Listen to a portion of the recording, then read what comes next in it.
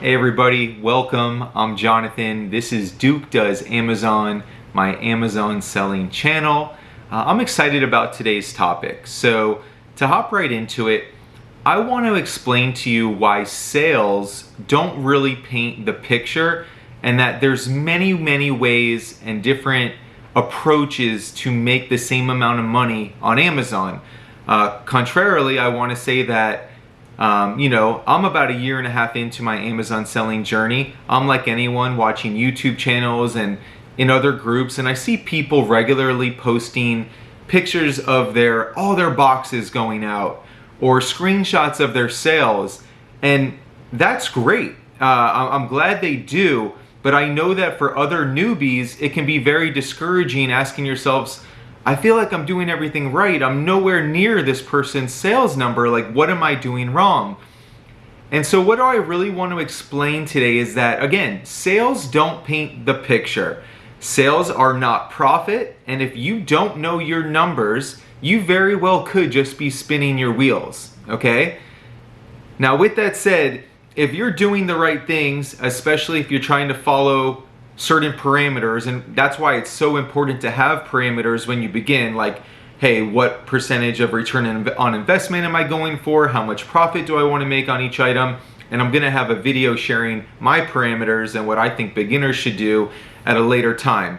But right now what I've done is I'm giving 3 fake people's numbers, and I want to show you how different it is behind the scenes versus how it appears in real life. And by the way, I do want to mention, I know comparing yourself to others is only natural. We all do it in everyday life, in business, everything. But nobody ever wins the comparison game. That's undefeated, right? Somebody is always doing something differently, appearingly better. Someone has in better shape, someone has more money, a fancier car, a better looking significant other, whatever. You just got to focus on you and doing the right things. And something that I've come to understand is that most people that are really happy and successful, they don't need to let you know that. For instance, I don't think Bill Gates has to tell people he's affluent. I don't think LeBron James needs to flaunt that he's good at basketball, and on down the list. Okay, so anyway, let's hop into it. Person number 1, example number 1, does $120,000 in sales on Amazon in a 6-month period of time, okay? This person is aiming for a 100% return on investment. By the way, what that means, if they spend $1, they make $1 profit, okay? So if they spend $1, they get back $2. 1 is profit, 1 is reimbursement for their cost of goods. That's what 100% return on investment is. So if they spend $40,000, that's how they would get to that number of $120,000 in sales based on 100% ROI. And also, by the way, we are using the assumption that Amazon keeps 1/3 as a nice round number for today, which is pretty accurate. It probably errs on the side of caution, but for all intent and purposes, that's what we're doing. So again, person A, $120,000 in sales, 100% ROI. They spend $40,000, they make $40,000. Okay? That's after Amazon's fees. Person B, they also do $120,000 in sales in a 6-month period of time. Okay? However, their return on investment is 33%. So that means that they spent $60,000, and of that, they made $20,000 profit. Because on $120,000 in sales, just like the first person, Amazon is keeping $40,000 or 1/3 as their fees. This person gets back $80,000. After those fees, they spent $60,000 on goods, meaning they have a profit of $20,000. On paper, these two people did the exact same amount of sales, but person A made more money and risked less with less capital. They spent $40,000 to make $40,000. Person B spent $60,000 to make $20,000. Okay, so they risked more money, they made less. Now, between those two people, it's easy to say, oh, person A is so much better, but something this doesn't equate for is that person B maybe never even left their home and they only bought things online. and they are more than comfortable making less money because they're putting up much less time, and maybe these are really fast and safe moving items, and maybe they don't want to put as much time and effort into it as the first person. So again, like, my point here is that sales don't paint the picture. There's so many variables behind closed doors. And now I want to transition to person C, the third person. This person does $210,000 in sales in 6 months. Okay, so same amount of time as the other two, but $90,000 more in sales. Okay, their return on investment is 40%. So better than person B, not nearly as good as person A on their return on investment. Okay, after Amazon takes their third cut, a third of $210,000 is $70K. This person would get back $140,000. 100 of that is what they spent on their cost of goods, meaning that they make $40,000 on that 100. Okay, so that's how I get to 40% ROI. Now again, comparing that to the first person, they are making the exact same amount of profit, $40,000 in the same amount of time, but their sales, person 3, is $90,000 higher than person A. So what does that mean? It means that they risked more money to make the same amount. Now again, I'm not saying that that's wrong. I just want to paint the picture that sales don't tell the full story. This person, person C, had to do $90,000 more in sales than person A to get to the same landing spot of $40,000 profit. Okay? So when you see this online, don't get discouraged or think that you're doing something wrong. Frankly, if I was a beginner and I'm doing retail arbitrage and just getting started, I want to spend as little money as possible and get the most bang for my buck. I want to have 200 and 300% ROI. It gets to a point that that's not scalable forever if your budget increases. But in the early stages, your first couple hundred thousands of dollars, your first couple hundred, thousands of dollars, you should strive for huge ROI. And this way, if you maybe misread something or make some mistakes, it more than offsets that. You find that your ROI goes down as your budget goes up because it's harder to scale products that make you 3 times your money, okay? But the overall message here is that sales don't paint the picture.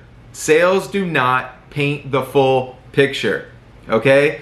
I'm sure there's plenty of people out there that are posting pictures of their sales that are making no money because they don't really know their numbers, right? And to that point I say, and I've said this in many videos, this is a business, okay? Everyone's business strategy is different. Maybe you're just trying to scale and you're not worried about profit. But whatever it is though, whatever your strategy, you need to know your numbers. And to that point I want to say, also understand that this is not get rich quick, okay? What happens is you typically have a budget and then you start to do this and your budget continues to grow. As your budget grows, you still have a lapse from your inventory, okay? So for instance, if I have a budget in January of $5,000, I spend $5,000 in January. Well, now it's in Amazon's inventory in February and it doesn't all sell through until April, okay? In the meantime, I'm still shopping. I'm still buying more, and you know what? I'm getting more comfortable with this. I increased my budget to $10,000. So now I have this snowball accumulating inventory. I am getting money back, but it's not making more than the rate at which I'm spending. I say all that to say, it takes time. This is not a get rich quick, and if you do need to see profit right away, you need to plateau your monthly budget pretty early on. But for most people, what they do is they start off with a budget and they naturally continue to increase that as they get more and more comfortable on Amazon. For this, like just to give you a personal information, I've been selling for a year and a half. I haven't really paid myself. I basically just reinvest what I get and keep buying more and more inventory. If I wanted to, I can slow down my buying 1 month and pull some out, or I can plateau my budget and in a couple months I'll be able to see a nice steady income of profit. But if you're in the growing stage like most people are early on in their Amazon selling days, don't expect to make profit quick. I think that I've heard that like be put out there before, but that needs to be overemphasized. Anybody that I talk to about this, I say keep your day job. Learn the ins and outs, build your snowball, and continue to build a nice, slow and steady inventory, increasing your budget at a nice, steady rate. You'll hear the term cash flow. In retail, that's so important. You can have all your money tied up in inventory and be like penny poor, meaning you don't have cash in the bank at that time. So grow at a nice rate, set your plateau. Say, you know, if I'm going to start at $5,000 this month, next month is $6,000 budget. Next month after that is $7,000. Don't go from 5 to 10 to 20. It'll take a lot longer to catch up if you need to realize profit. If that's not important to you and you just want to start building that snowball and reinvesting, then go at it. But for me and everyone else that I know that's successful, you start this on the side in addition to other streams of revenue. And a year, 2 years, that's when you start to pay yourself. You start to evaluate, do I quit my other job? But my biggest piece of advice was just to continue to get the ball rolling. And then eventually you're gonna hit a plateau on your budget, or you set a plateau, and that's when you start to really be able to take some nice profit from that, because you've created this snowball and this avalanche effect of all this inventory over time. And then you just keep a certain plateau, and then you just realize the profit. So anyway, I went a little bit much into that, but I really just want to paint the picture overall. You're not going to get rich quick, but you can make really good money over time, and sales don't paint the picture, okay? You need to know your return on investment. You need to know what's important to you. You need to know what your budget is. There's no one way to do this. Some people like shopping from home and have a huge budget, and they can spend a lot less or make a lot less on every dollar. For other people, they have a much tighter budget, and they really need to make that go as far as they can. They need to be super selective and get high return on investment, okay?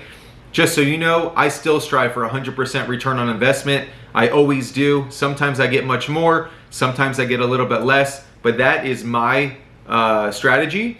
But I do see with time, as I continue to grow my budget and spending, that my return on investment will go down, just because it's very hard to scale at such a profitable or high return rate forever. So I hope this helps you guys. I know I needed to hear this when I was a new seller. Don't get caught up in the comparison game. Focus on what you're doing, your strategy, your numbers, scale appropriately, and go from there.